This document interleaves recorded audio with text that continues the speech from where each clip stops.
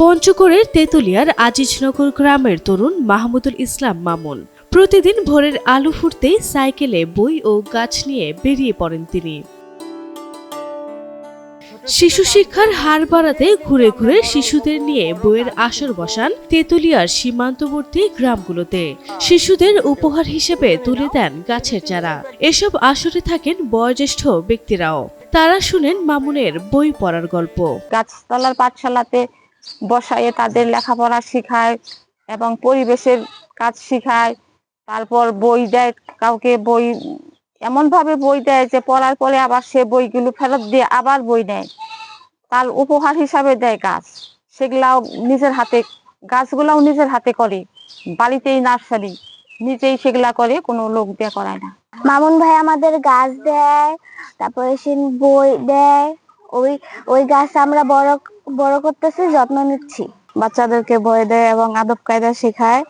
এরপরে ঘাস দিয়ে যায় প্রতি সপ্তাহে আসে এবং কি খাওয়ার ব্যবস্থা করে, মা বাবাদের সাথে কিভাবে আচরণ করবে এটাও শেখায়। বান্ডেল থাকলে প্রতি সেনমানিতে টাকা বাঁচবে। বিকাশ সেনমানি বান্ডেল কিনে জিতুন প্রতি লেনদেনে। তিনি তার নিজ বাড়ির আঙিনাতেও গড়ে তুলেছেন প্রাকৃতিক পাঠাগার। সেখানে প্রতিদিন শিশুরা এসে তাদের ইচ্ছে মতো বই পড়ার সুযোগ পান। এছাড়াও রাস্তার ধারে যেখানেই দেখেন প্লাস্টিক কুড়িয়ে আনেন তিনি, সেগুলো দিয়েই তৈরি করেন চারা উৎপাদন। সাইকেল নিয়ে ঘুরে ঘুরে বই পড়িয়ে বেড়াই এবং আমার আকাশতলার পাঠশালায় পরিবেশ বুঝাই, বই পড়াই। ময়লাকে আমি ক্যারি করে আনি, যে মানুষ বুঝুক, মানুষ শিখুক যে মানুষ পরিবেশ প্রকৃতির প্রতি কতটা অন্যায় করেছে।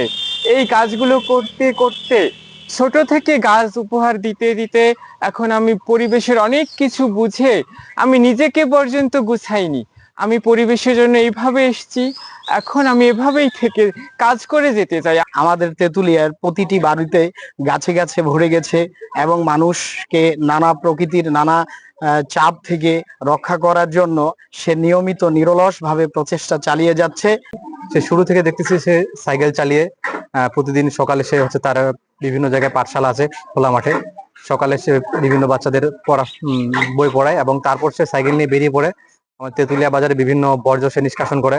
সেই সাথে সে এভাবে তার প্রতিদিন যে ব্যস্ততা আছে, এই কর্মের মধ্যে সে পরিবেশ নিয়ে মূলত কাজ করে থাকে। বিনা পরিশ্রমে একটা মানুষ এরকম আমাদের পরিবেশের জন্য কাজ করে যাচ্ছে, তার জন্য আমি সফলতা কামনা করি এবং এটা আমি আপনার এনটিভির মাধ্যমেও বলতে চাই যে তার জন্য সরকারিভাবে যেন তাকে একটু সহযোগিতা করা হয়, তাহলে সে উৎসাহিত হয়ে আরো আমাদের পরিবেশের জন্য অনেক ভালো কিছু করবে। এক যুগ ধরে এসব করে আসছেন তিনি। এসব করতে কারো কাছ থেকে আর্থিক সহযোগিতাও নেন না তিনি। বাড়িতে হাঁস মুরগি ও ছাগল পালনের টাকা দিয়েই পরিবেশের জন্য এসব কাজ করে যাচ্ছেন মাহমুদুল ইসলাম মামুন।